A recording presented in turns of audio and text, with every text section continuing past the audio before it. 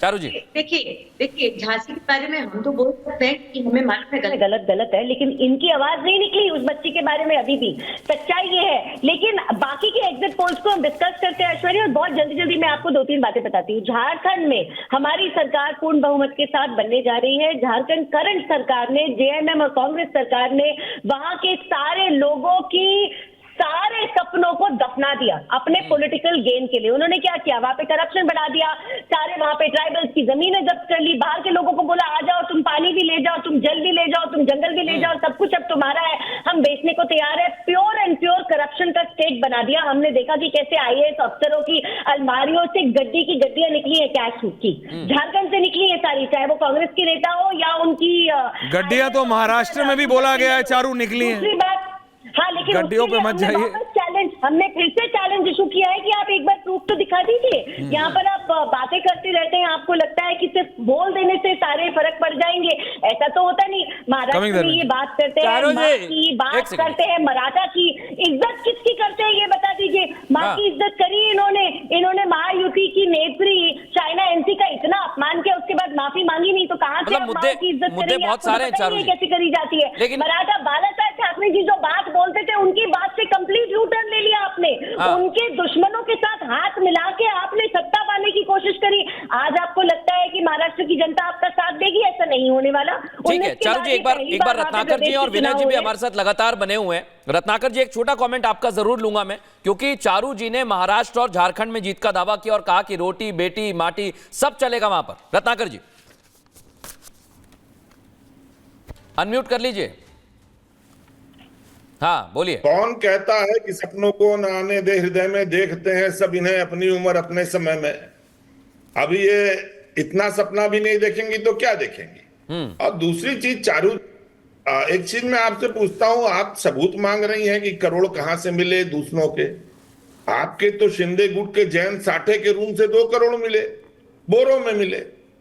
कल आपके विनोद तावड़े जी के मिले 9,53,600 रुपया बरामद हुआ, 5 करोड़ का दावा था। पूरी बात सुन लीजिए। मैं आपको इंटरप्ट कर रही हूँ, एक सीसीटीवी की कवरेज दिखा दीजिए। उन्होंने कहा कि मैं चाय पीने गया था, उसके बाद आपके कद्दावर नेता सुधांशु त्रिवेदी ने प्रेस कॉन्फ्रेंस करके एक अपराधी पुलिस वाले, पूरी बात सुनिए मैडम, एक एक करके प्लीज, एक एक करके आप एक एक करके प्लीज बात सुनिए मैडम। जी वो आईपीएस ज्वाइन नहीं किया, वो बेल पे इसलिए है कि उसको जब जांच का समय दिया गया, डेटा दिए गए, तो उसने और जयंत खोड़े ने 18 बिटकॉइन जो 17 लाख के होते थे उसको अपने खाते में ट्रांसफर कर दिया, और वो अभी बेल पे है। वो बताता है कि हमको बताया, और जो बातचीत सुनाई ना उसमें सिर्फ बात, एक महिला बोल रही थी, चीज कुछ नहीं थी। तो आप ये चाहती हैं कि एक अपराधी रविंद्रनाथ पाटिल ये बात बोले कि वहां बिटकॉइन बेचा जा रहा है, वो मान ले। जो 18 बिटकॉइन सरकार द्वारा जब्त वॉलेट में अपने वॉलेट पर ट्रांसफर कर लेता है, वो माना जाए। आपके जयंत साठे से पैसा मिला, वो ना माना जाए। चारू जी और रत्नाकर जी, आप कैश का जिक्र जरूर कर रहे हैं, लेकिन चुनाव भर में हमने देखा वोट जिहाद से लेकर बटोगे तो कटोगे ऐश्वर्या, ये मुद्दे बड़े चर्चा में रहे। और विनय जी इस पर कुछ कहना चाह रहे हैं, उसके बाद चारू शायद कुछ कमेंट करना चाह रही है। विनय बाबू जरूर रहे, धर्मेंद्र जी आ रहा हूं। विनय जी पहले कमेंट, रत्नाकर जी आ रहे हैं। रत्नाकर जी, अभी आपने अधिकारियों के अपराधी का कुछ मामला उठाया। सचिन वाजे याद है ना? अरे दुखती राग दुखती राग है बस। और ऐश्वर्या भाई दुखती राग है। सचिन राजे आपसे पूछो, इस बार चुनाव का मुद्दा था सचिन वाजे इशू था, मतलब कई इशूज थे, उसमें एक सचिन वाजे भी इशू। एवरीवन ऑन है घर में। लोगों का मत और मन बना कि सचिन वाजे जैसी घटना हो सकती है।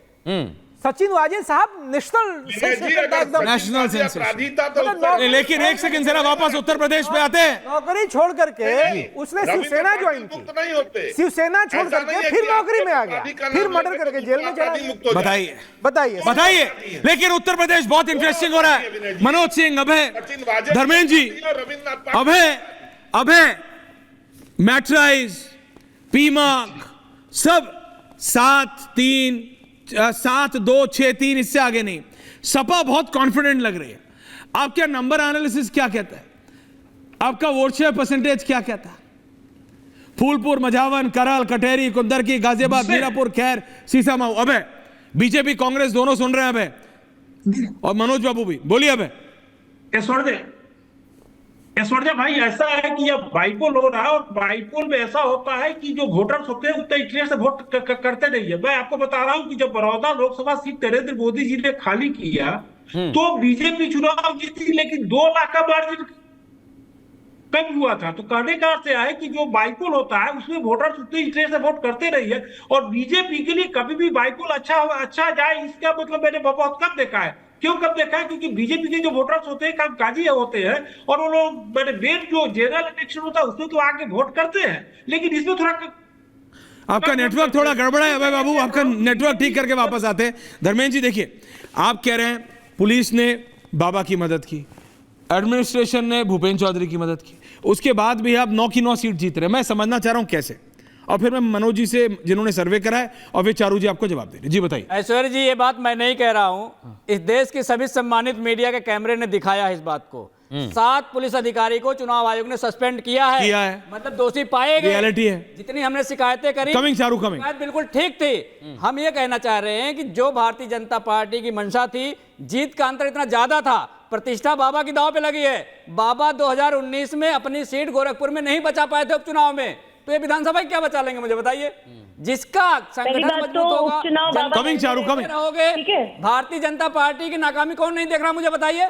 झांसी में उप मुख्यमंत्री जाते हैं, 11 बच्चों की शहादत होने के बाद चूने से उनका स्वागत किया जाता है। किसी का जमीन अगर मर जाए किसी प्रदेश में, वो सीट नहीं जीत सकता।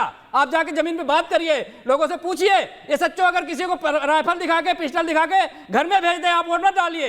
तो ये जो टकराव है, चुनाव आयोग कहता है कि आप वोट यादव जी एक मेरा सवाल है, उसके बाद में चारू जी से मैं यादव जी एक छोटा सवाल है मेरा, इसके बाद चारू जी मैं आपके पास आ रहा हूं तुरंत, क्योंकि आज एक बड़ी घटना घटी प्रदेश में, और परिवार वाले ऐश्वर्या आरोप लगा रहे हैं कि सपा को वोट ना देने के चलते सिर्फ खिलाफत में हत्या हो जाती है। यादव जी, नहीं, बीजेपी को वोट देने जा रहे थे तो इतना गुस्सा आ गया। ये परिवार वाले कह रहे हैं, मैं नहीं कह रहा हूं। नहीं, ये अगर ऐसा कोई कह रहा है, ये जांच का विषय है। मैंने जो आपसे कहा कि ऐसे, लेकिन अगर दोनों तरफ से ऐसा हो रहा है तो इसके लिए कौन जिम्मेदार है? ये बात आपके कैमरे पर दिखी। ठीक है चारू जी वोट कम डाले। चारू जवाब। अब देखिए, पहली बात तो अपने कन्वीनियंस से करहल में जो हुआ हादसा वो इनके लिए जांच का विषय है, उसके बारे में ये बोलना नहीं चाहेंगे। मैंने पहले भी ये कहा, ऐसे विषय पे तो पहले तुमको बोलना चाहिए था, तब बोले नहीं। दूसरी बात ये है कि आप जिस तरीके के आप आरोप प्रत्यारोप लगा रहे हो, इतना तो मान जाओगे कि इलेक्शन कमीशन निष्पक्ष काम करता है ना? अब ये तो बोलने लगो, कम से कम ये तो बोल दो भाई, अगर इलेक्शन कमीशन ने पुलिस वालों को आज सस्पेंड किया है, आप प्लीज ऐश्वर्या के शो पर आज ये बोल दो कि आज के बाद इलेक्शन कमीशन पर आप उंगली उठाना छोड़ दोगे।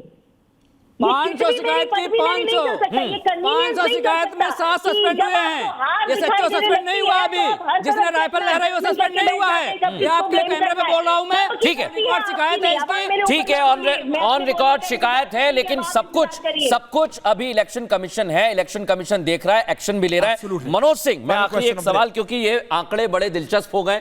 महाराष्ट्र में कई एग्जिट पोल जो सरकार बना रहे हैं महायुति की, लेकिन झारखंड में थोड़ा 50-50 लग रहा है मनोज सिंह जी, और यूपी में तो दोनों दावे कर रहे हैं 9-9 के, लेकिन आप साथ दे रहे हैं। देखिए, जहाँ तक के उत्तर प्रदेश की बात है, जब भी होता है सरकार के पक्ष में जो उपचुनाव होते हैं उसमें थोड़ा ज़्यादा मिलता है, प्रशासन का सहयोग मिलता है।